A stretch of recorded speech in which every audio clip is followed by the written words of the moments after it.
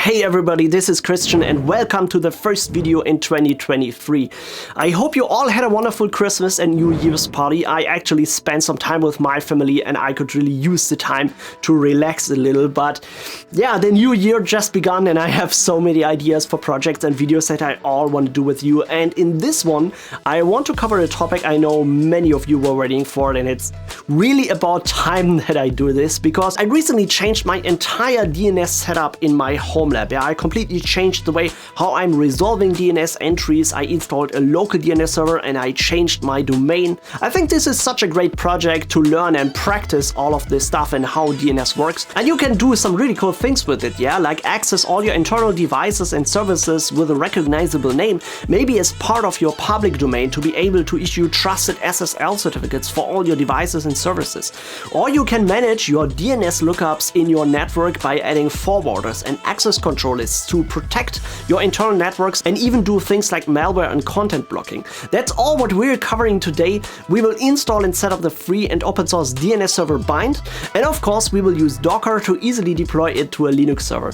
And if you haven't really worked with DNS before, or you're probably wondering how you should manage your DNS resolving in your internal network, trust me, after watching this video you will have a solid understanding of how it works. So I hope you will enjoy it, and yeah, let's get started.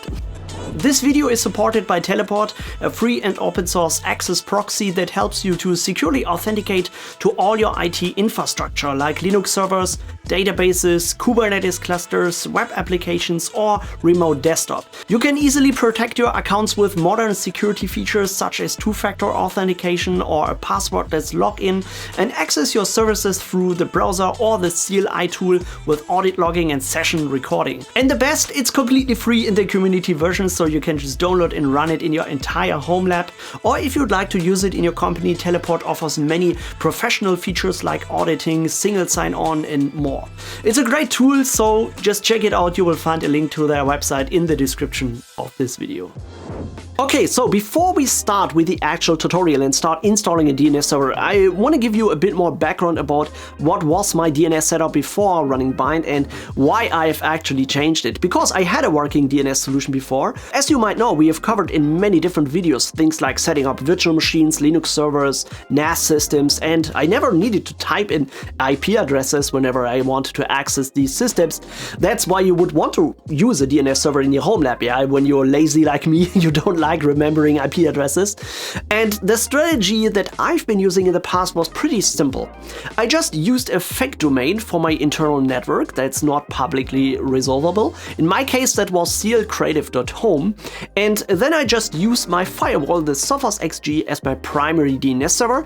So when my PC wanted to resolve an internal DNS name, the request was sent to my firewall, where I was maintaining a list of names and corresponding IP addresses. And then the firewall just sent back the IP address of the DNS name to my PC so I could connect to the internal servers. This system had been working great for a pretty long time, but there were a couple of issues with that. So first, because I was using a fake domain, I always had to use self-signed certificates for all my web services, because you can't just go to Let's Encrypt and say, hey, I want to issue a certificate for a fake domain. You always need a real public domain that you register somewhere to be able to issue trusted SSL certificates. So that was a big problem that I wanted to change, but there also were other things like the limitations of the Sophos XG firewall when it comes to DNS. It's not really meant to be a fully featured DNS server, it's foremost a firewall, and that's a reason why you can't add any wildcard DNS records on it, which is certainly annoying. For example, when I wanted to deploy a new application on my Kubernetes cluster, which needs a new DNS name for traffic, I always needed to add a DNS entry on the firewall as well for every new app. Obviously, it would be so much easier to just create one wildcard DNS entry that I can use for all my apps on the cluster. And there was also a third issue that I somehow wanted to address, because it wasn't easy to automate this whole stuff, even though the Sophos XG has an API that I could use to create static DNS records programmatically, but I wanted to have a system that has the capabilities to update these entries with other tools, because I'm already using things like Ansible or Terraform, and I really wanted to have the option to use that in the future to manage DNS records. So my previous setup worked somehow, but it had a lot of upgrade potential. Let's phrase it positively, right? That's why I've recently asked you on Twitter, and by the way, thank you so much for all your contributions there. So how are you actually managing DNS resolutions in your home lab? Are you running a DNS server, or do you use a public domain or a fake domain? And it seems like everybody is solving that task somehow differently, but what most people came up with, and that seemed to be a great solution in my opinion, is first, instead of a fake domain, using a real public domain from now on. For example, I'm using my primary domain clcreative.de now, where I can issue trusted SSL certificates from Let's Encrypt, and then I can install a DNS server that is running somewhere in my local network, which will be an authoritative DNS server for a subdomain of my public domain. So this DNS server should be able to create all kinds of DNS records, like A records that resolve to servers, load balancer IPs, or wildcard records that are valid for any app deployments on my Kubernetes clusters, even MX records when I want to test out mail servers just for my local network. So that is really a nice solution, and with this setup I'd also have the possibility to set up a so-called split horizon DNS. So you kind of have the same domain internally and externally, but the internal DNS servers resolve to only internal IP addresses, while the external servers can resolve to public IPs. Or you can also hide your DNS entries entirely from the internet because you're just using a subdomain that's only used internally. So that is what I've done in my home lab, and of course I want to show you how that exactly works. So you can install and set up a DNS server and then just use it for internal name resolving, or even as your primary DNS server to serve all DNS queries in your home network. The possibilities are endless. The only question was which software I'd like to use as my DNS server, and I've seen many people who just use services like Pi-hole or AdGuard that are primarily not meant to be DNS servers, but they are actually running on top of a DNS server, and that you can also use as for internal DNS resolving. But I wanted to step up the game a little and familiarize myself with a more enterprise-ready solution, which has a big advantage because I could learn something new about DNS server management and how it's done in the corporate world, and that should also be the best choice for future improvements if I'd ever want to automate DNS entries with Ansible or Terraform. So that should be easily possible with a more commonly used DNS server. So I've decided to use Bind as my primary DNS server at home, and this is a free and open source DNS server developed by the Internet Systems Consortium, shortly called ICS, and it's a very versatile, classic and complete name server software. If you want to install Bind, ICS is offering downloads of Bind for most popular Linux distributions, but we are not going to use the ICS maintained versions of Bind. Instead, I'm going to use the Bind 9 Docker image, which is maintained as part of the LTS container images by Canonical. This is basically just a version of Bind that Canonical ships with Ubuntu, and because that's also my preferred Linux distribution that I'm running on all my servers at home, I thought it's a great fit to just run their LTS container images whenever it's possible. Just to say, you can of course also run the Bind 9 DNS server on Ubuntu itself without using Docker, but if you're following my channel for a while, you probably know that I really love containerization and I just do everything with Docker when I can. Just to mention, if you're not sure about it and you don't know what Docker or Docker Compose is and how to use it, I've made several tutorials about that in the past. I'll link you them in the video description. And by the way, when we are just speaking about my videos, if you haven't really liked this one and subscribed to my channel, why not consider doing this? You would do me a big favor because it helps a ton with the YouTube algorithm and supports me to make more free tutorials for you guys. So just hit that small button below.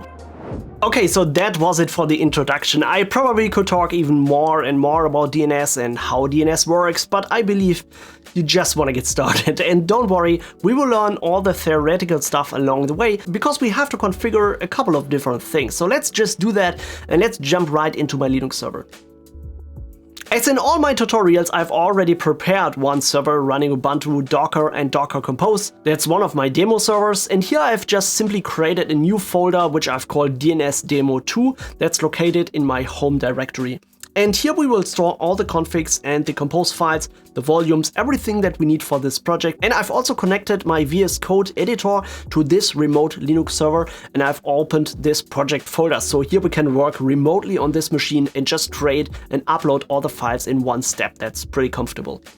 So first, let's create a new Docker Compose file. So this is our template that will tell Docker which container to run and how to run it. This file I've started with a version 3 and defined a new service first called bind9, where I've set the container name to DNS demo 2. So this is just the name of our Docker container. Just pick whatever name makes sense to you.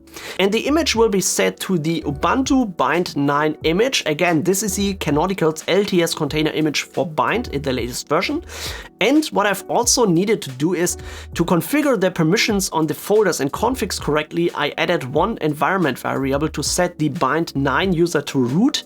And I also added a second one that will configure the time zone, so nothing really so special. In the next section, we also need to expose the network ports for the bind9 servers. And you probably might know that DNS is always using the port 53, but unlike most other services, it's not using only the TCP protocol for this port. Instead, it's also using UDP, which is a stateless protocol, and that requires a different setting in Docker Compose, because by default, when you just type in the port 53, it always exposes the port with the TCP protocol only. So what I've done is I've exposed the port 53 once with the TCP protocol and the same port as well with the UDP protocol.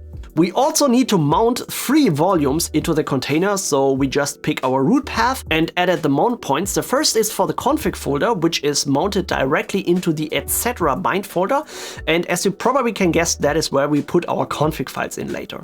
I also added a cache folder where bind9 might store any cache info, and the records folder, which is actually not so relevant for our tutorial, but we might need it in future. So these are all the relevant config directories that we need. Don't forget to create them on the remote server as well. And finally, we also want to configure the restart policy for the container. I've just chosen unless stopped, but you could also use always. That would be a great fit, because we would like to make sure our DNS server is always started on our machine, even after a reboot of the host. Okay, so that's it about the compose file. That was the simple part. Now we need to tell the DNS server what it should do by creating the default config. And the good news is bind has just one main config file, even though you might see some other tutorials that use even more complicated configs. But we just need to create one simple file that is called the named.conf. And here we can add all the general options and zone-specific settings. I've just placed this into our config folder on the remote server and added the main options section. And first, to have a functional DNS server that can resolve DNS queries, we need to configure one or more forwarders where outgoing queries are sent to. Because if you're asking your DNS server, hey, what is the IP address of youtube.com, your DNS server doesn't know the answer. So it needs to ask another DNS server, and this DNS server might also have to ask another one. So that's going on and on until the responsible DNS server, which has this entry, likely the one of Google's DNS servers, is responding. youtube.com is running on this IP address, and that's then sent back all the way to your PC. That is how a recursive DNS lookup is working. And that's how all IP addresses on the internet are resolved, by the way. So there are millions of DNS servers running all across the world, all have huge lists of names and IP addresses, and the DNS protocol is created to ask around all these DNS servers to find out which one is responsible for a particular domain, and that's where the IP address is ultimately coming from. So for all the queries that need to be resolved, which won't be specified in a zone file on this particular server, you can add one or more forwarding DNS servers. For example, I've configured the Cloudflare's primary and secondary DNS server's IP address to the config, because I've made the experience that either Cloudflare or also the Google's DNS servers, they have a great latency and they are able to resolve IP addresses pretty quickly.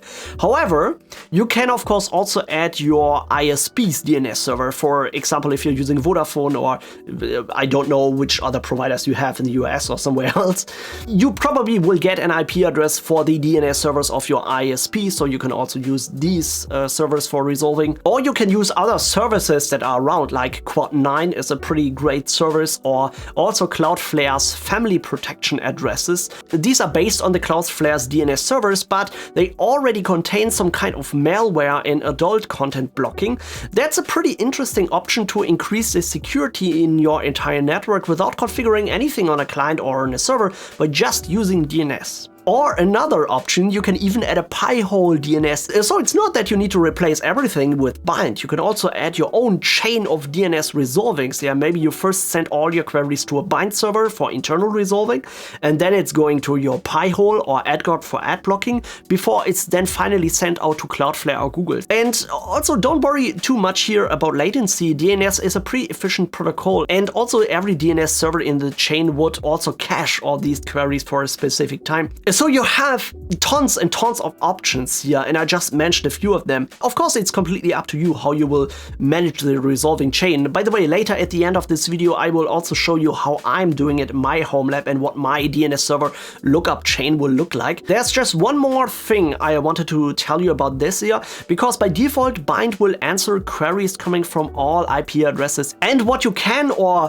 what you should do is you should maintain a custom access control list for your internal DNS resolving. For example, here I have created one access control list that I call internal, and this contains all IP networks in my home lab. You could even think about excluding or including just specific IP addresses in here, but just make sure that your DNS server won't serve lookups for every network automatically, because that could be a problem somehow. I mean, if you are running this behind a NAT firewall or a router, don't worry too much, because usually this DNS server shouldn't be accessible from the public internet by default. But just in case you have a situation where you'd like to make it accessible somehow, don't make the mistake of not protecting it, because that's also called an open DNS resolver. So a server that is willing to resolve recursive DNS lookups for anyone on the internet. And that's likely going to be abused in just a few minutes. Yeah, your server will be flooded by millions of DNS requests and it will probably break your server. So don't expose the port 53 on the public internet, or when you really need to do it, make sure you have an access control list. That's of course also protecting your internal networks from any of these attacks. So it's really important that you somehow define such a control list to put all the internal IP addresses or networks in there, and then just define with the allow query statement in the options section which objects should be permitted to send DNS requests to bind. Here you can also add IP addresses, of course, but because we just defined the internal ACL, the access control list, we simply can put the name in here. And yeah, that's how you have a better control over who is allowed to use this DNS server in your network. Okay, so that's not really much, but it's basically all you need to configure a recursive DNS server in bind. Let's quickly do a test and see if that's working before we create our zone file for internal domains. I'm just running this on my remote server with the docker compose up command and see if it throws any errors. And yeah, okay, you can see I got an error here. That will likely happen on your server as well when you installed it on Ubuntu, because Ubuntu, and that might be the case for other Linux distros as well, it already has a DNS server running that's used for internal DNS resolving on the server itself. And because this DNS server is already using the port 53, we can't start the bind container. But there's a pretty simple fix on Ubuntu for that. You just need to edit a specific file in the etc systemd that's called the resolve.conf, and here you need to find a line which is called DNS stub listener. Just uncomment this line and change the value to no. This will disable the listening on port 53 for the resolved service on Ubuntu, so it's free again, and then we can use it to run bind. To make this setting active, we just need to restart the service with the systemctl restart systemd resolved, and that's it. So let's now try to run the bind container again, and that now should work fine. So once the bind service has started up correctly and you didn't get any other errors, you can then make a DNS query by using the NSLookup tool in your terminal. That, by the way, should work on Linux, macOS, and also Windows.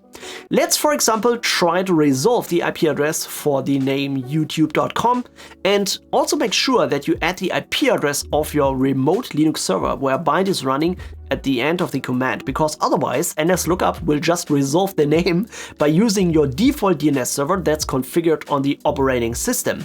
And that's of course not what we want. Of course we want to test what actually happens if we ask our own bind DNS server. And as you can see, my DNS server gives us the IP address of youtube.com, so the recursive DNS lookup is already working, and now we can just use this as our primary DNS server in the entire network. But that's of course just the first part. So what I also wanted to do is maintain a zone of my public domain, which I fill in with names and IP addresses of my internal services. And that's done by adding a zone config in the named.conf file. And here I'm going to add a new zone that I call demo.clcreative.de. So that is a subdomain of my public domain, which I registered on Cloudflare. Just to mention, you could also define a fake domain in here. So for example, something like clcreative.home. But then again, you would not be able to issue trusted SSL certificate from Let's Encrypt for this domain later. So I can just recommend it getting a public domain if you haven't already done it. I'm not going to recommend a special provider or service where you can buy a domain. I'm sure you will quickly find thousands of providers where you can buy and register a domain. Just compare the pricing and see which one is free. What you shouldn't do by no means is using a public domain that you don't own yourself. So something that is already registered by somebody else. Or another pretty common mistake that people sometimes do is they use a .local domain, which sounds like it would be a fake domain, but it is in fact a public domain that is used for a specific multicast DNS purpose. So my recommendation is either use a real public domain that you own, or you use a fake domain, something that is .home at the end. But when you define your domain that you want to use from now on in your local network, by the way, in Bind you can of course also define multiple DNS zones. Once you have done that, you can configure Bind to be the master for this zone. So that basically says, hey, you don't need to forward a query that's coming to that domain, you're the one who's responsible for it. And for the DNS entries, we need to configure a file where you store them as a plain text. This is, by the way, not really defined, so how the file name needs to be, it's actually up to you. By the way, I just need to mention here, these semicolons are absolutely treacherous. So don't forget, you need to put a semicolon after every single command, statement or object that you opened with brackets. It's really annoying, I know, but that's really often the case when your DNS server doesn't come up and you're wondering what the hell is going on. Take a look at the Docker logs. If you see something like name.conf is invalid, you should check out the missing semicolons in the config file. I often just forget to put it there. And of course, we also have to create this zone file in the config folder that contains our actual DNS records. Before we can do that and we start adding our DNS records for our services in-house, we should configure a few settings as well. So first, you have to define the time to live value. This is just the time that defines how long the DNS entries should be kept in cache. Mostly I set this to 2 days or so. And we should also define the origin, so that's the name of the DNS zone that we want to configure, because when we set this origin variable, we later can define the new DNS entries in that list here just with the host name, and we don't need to add the fully qualified domain name all the time when we need to create a new A record, for example, so that makes the configuration a bit cleaner. Now below this section here, we can add all these DNS records, but there are 2 entries that you will always need in a new DNS zone. And the first one is the SOA DNS entry, so that's the start of authority record, and it contains administrative information about the zone. This has to be a specific format, like all the other DNS entries are following in this config file here as well. It starts with a host name, so in case of the SOA, you can just use an @ which represents the current DNS zone name, and the type should be always IN for internet. And then the DNS record type, this is an SOA record. And then we also need to define the name of our SOA DNS server. I just picked a hostname NS for name server and then the zone name. The next entry here is the email address of the administrator for this zone, and that shouldn't be confused with the DNS name. Actually, it follows the same formatting as a DNS name, but it is an email address. So you just need to replace the first dot with an @ symbol in your head. So in my case, I'm using the info @, so I type a dot, and then clcreative.de, which is my primary email address for any inquiries. And then in the brackets, there are also some other values that you need to define, starting with a serial number, which is another thing that completely confused me first, but that is just a 10-digit number that you need to increase once you update your config. I'm going to use the current date when I'm recording this video, and that's, I guess, how most of the people are doing it. And the next values I'm just fitting in with default values from my template file. So the first is the refresh time, the next is the retry time, then the expiry time, and the minimum time to live. By the way, if you really want to have a detailed list of all these parameters and what they actually stand for, there is a great documentation of bind that's hosted on Read the Docs. I'll link you that in the video description, so if anything is unclear or if you're looking for something specific that's not really covered in this tutorial, you will find it in the documentation.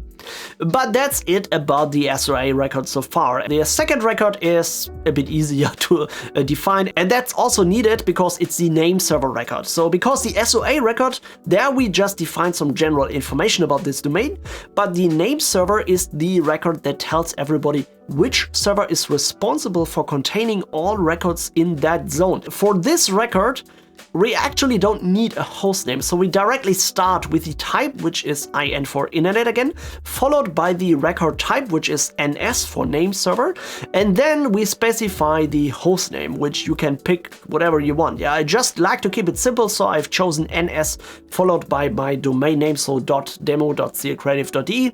And because we just defined who is the name server, we should also tell everybody which IP address it has, and that is done by adding another record, an A record. That starts with the hostname, that's NS, then it goes on with IN for internet again, and the type is now an A record. And after that, simply type in the IP address of your name server. So in this case, we of course want to set it to the IP address of the Linux server where our bind DNS server is running.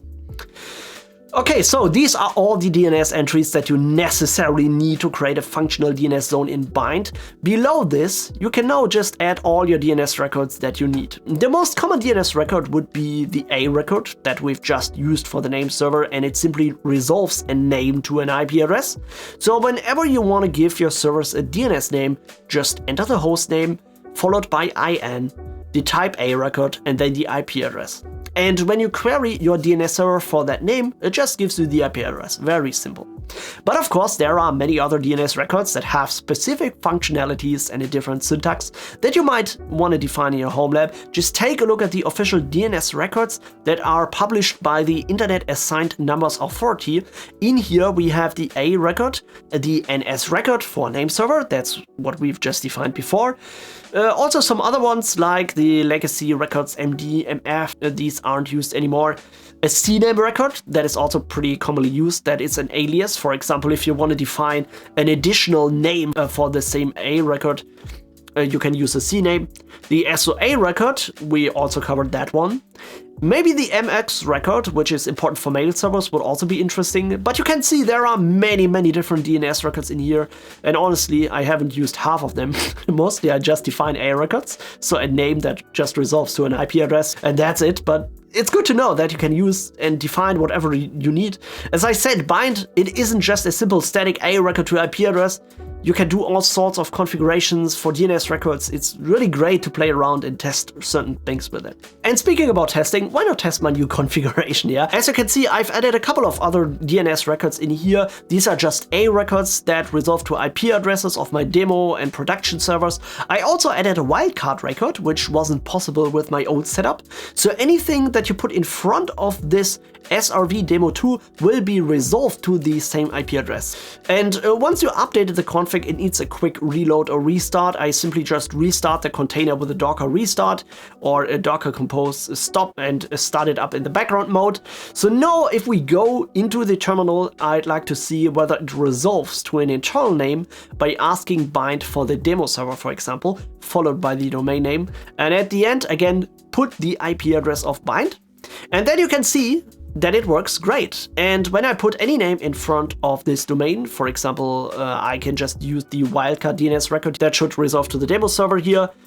Yeah, it will also work. So this is how I'm managing all my DNS records for my web apps, by the way. I've just created wildcard DNS entries for all the production servers of where my apps are running.